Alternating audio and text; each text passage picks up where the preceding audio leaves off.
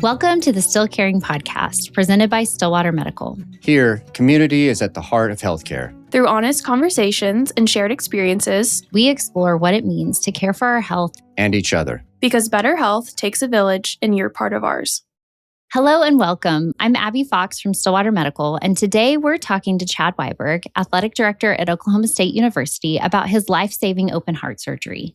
We pre-recorded this episode, so I can tell you from experience that Chad gives us a real play-by-play of how he discovered there was an issue and the medical team and community that surrounded him through the process.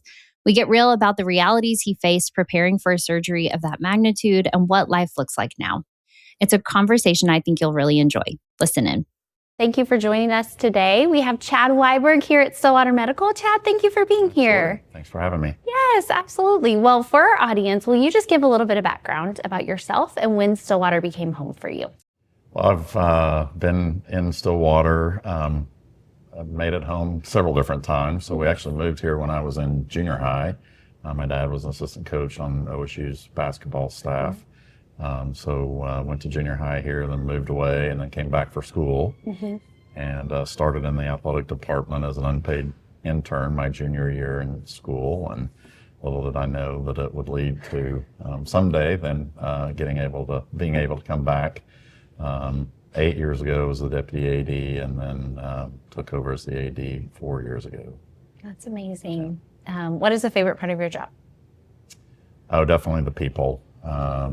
Being just the opportunity to be around our student athletes first and foremost. I think that's why any of us here on a college campus get into what we do is to have the opportunity to have a part in what we all experienced in college, which is people shaping our lives and who we want to be as adults, and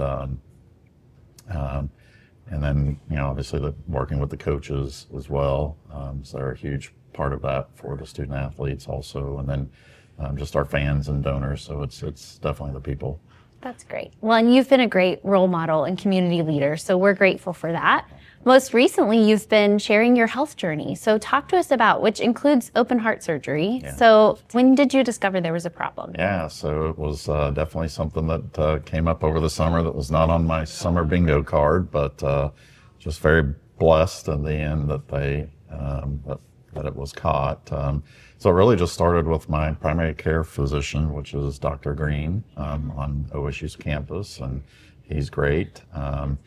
And as I recall, these were things that I call the 50-year-old things. So when I had my 50-year annual physical, he started wanting me to do all these different things, and some of them I knew were coming, colonoscopy and all those things, and so kind of took care of those right away. But he also started talking to me about doing these vascular screening and calcium score, and I kind of put those off because fortunately, just with all my other tests, I didn't have high cholesterol, didn't have high blood pressure, so I kind of thought, well, I don't know why he's asking me to do these things, but I just put it off, and then he'd bring it up my 51-year physical, and he'd bring it up to my 52-year physical, and after the 53-year physical, I decided to go ahead and get it done. And I think mainly just because I thought, well, I want to make him happy because I really like him,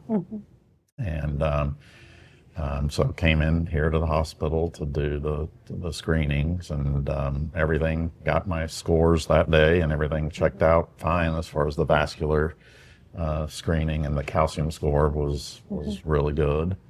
And it wasn't, it was several days later when I got notice from Amy Kirby, the radiologist, that she had reviewed the CAT scan that's part of the calcium score, and had noticed that I had an aneurysm in my ascending aorta, and that I needed to come in for further testing.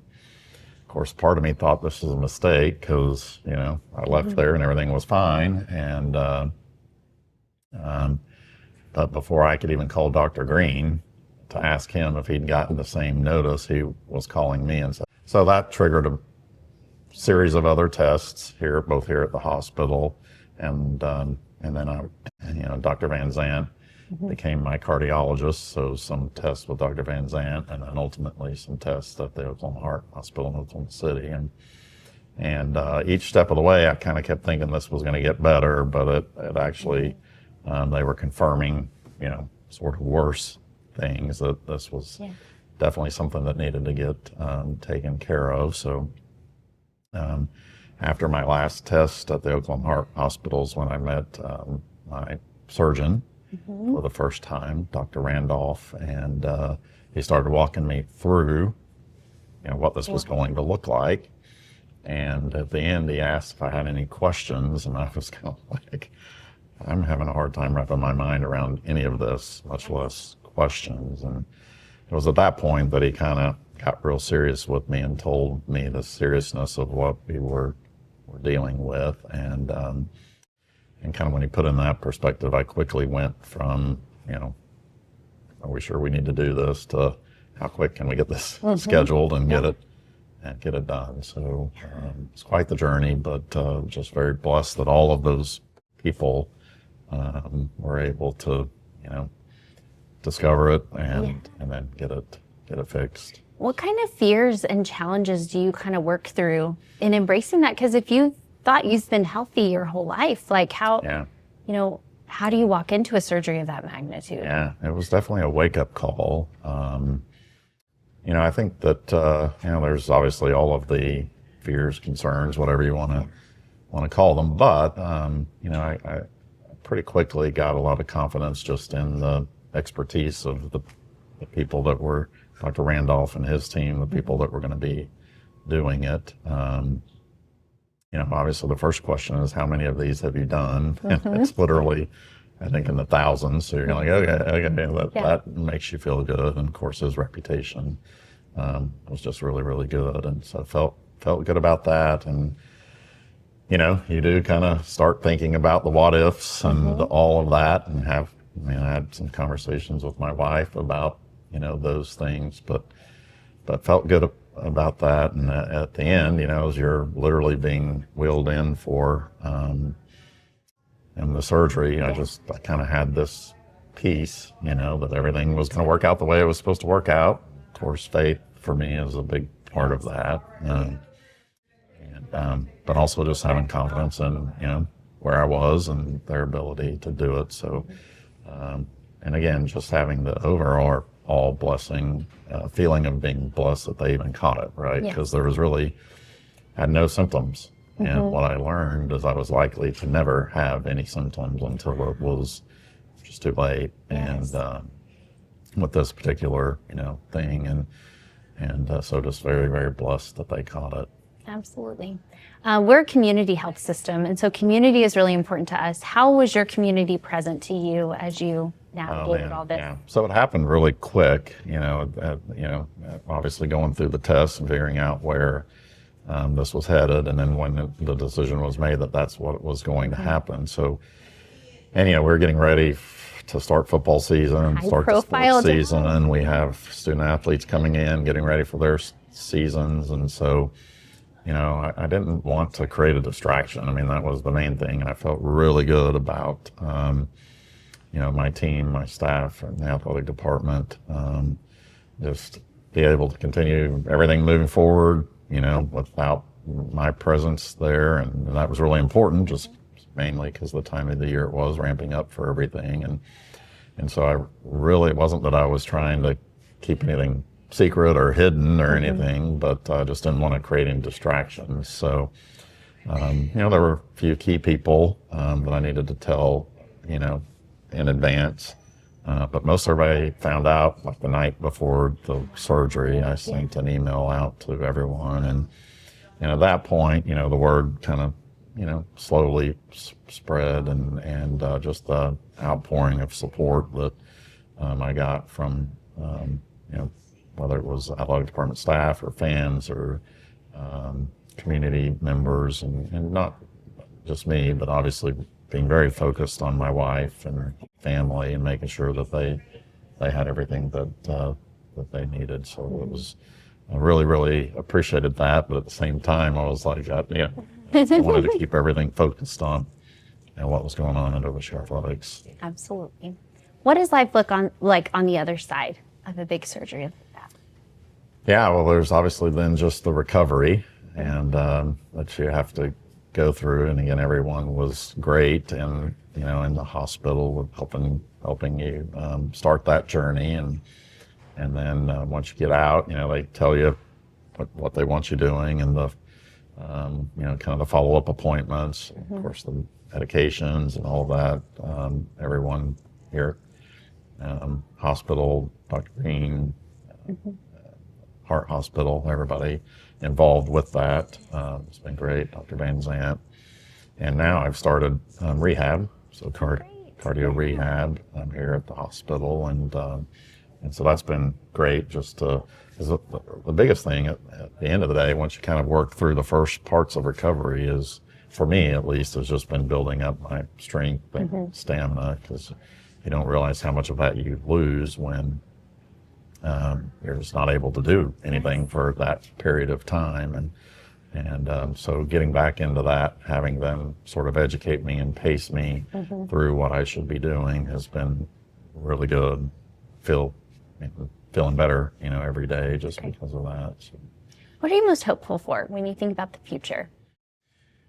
That's a good question. I mean, obviously, one of the things that I think has come out of this for me is just this realization, right, that we are blessed to live in an age where we've got, really good knowledge and good technology, and a lot of obviously really skilled professionals that can fix a lot of things that may be going wrong, but they have to know about it first.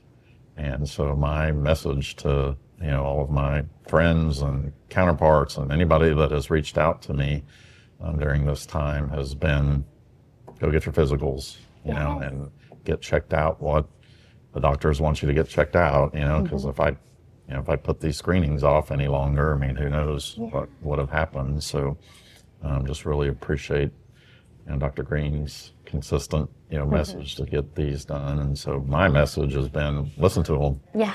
And go get those things done, because you never know, what they may discover.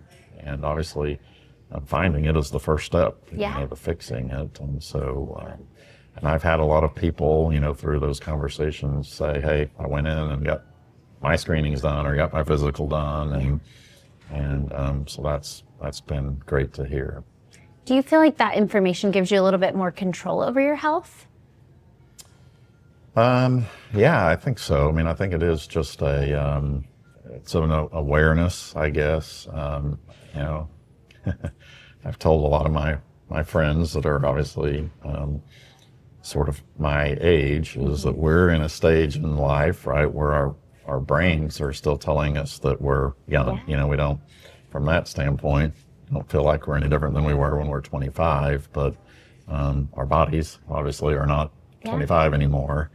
And so yes, I think it, certainly probably is true all the time, but I think as we get older, we need to probably be taking more ownership in our health, and just paying more attention to that sort of thing, and making sure that we're taking care of it as best we can. Absolutely. Well, we're ending all of our conversations with a challenge to care. So encouraging people to do something at a personal level, whether it's for themselves or for the community. Yeah. So how would you summarize that challenge to care? Well, I think that would be it, is, just stay on top of your health and prioritize it, take it serious. And that's everything from getting some, physical activity, whether that's just walking or whatever it is for you. I think that's, very important. But then also just, doing your annual physicals, and then doing what the doctors ask you to do if they want you to check something out, to do that. So, and we're very fortunate here in Stillwater to have Stillwater Medical and have the professionals here, and the services here, that you don't need to go, far away to do that. So, so encourage everyone to take advantage of that if they're here, or wherever they are, their local medical professionals. Yeah. And preventive care is such an important thing. That's one of the reasons why, as a health system, we prioritize that. The heart screenings that you mentioned are only $50 all year round. So it'd be easy to take advantage and to follow that challenge, but just by getting a heart screening. Super, super easy. So it's kind of one of those deals. I don't know why I put it off as long as I did. I'm just very glad I didn't put it off any longer. Well, we're grateful for that too. Thank you, Chad, for being here today. Thank you. Appreciate it.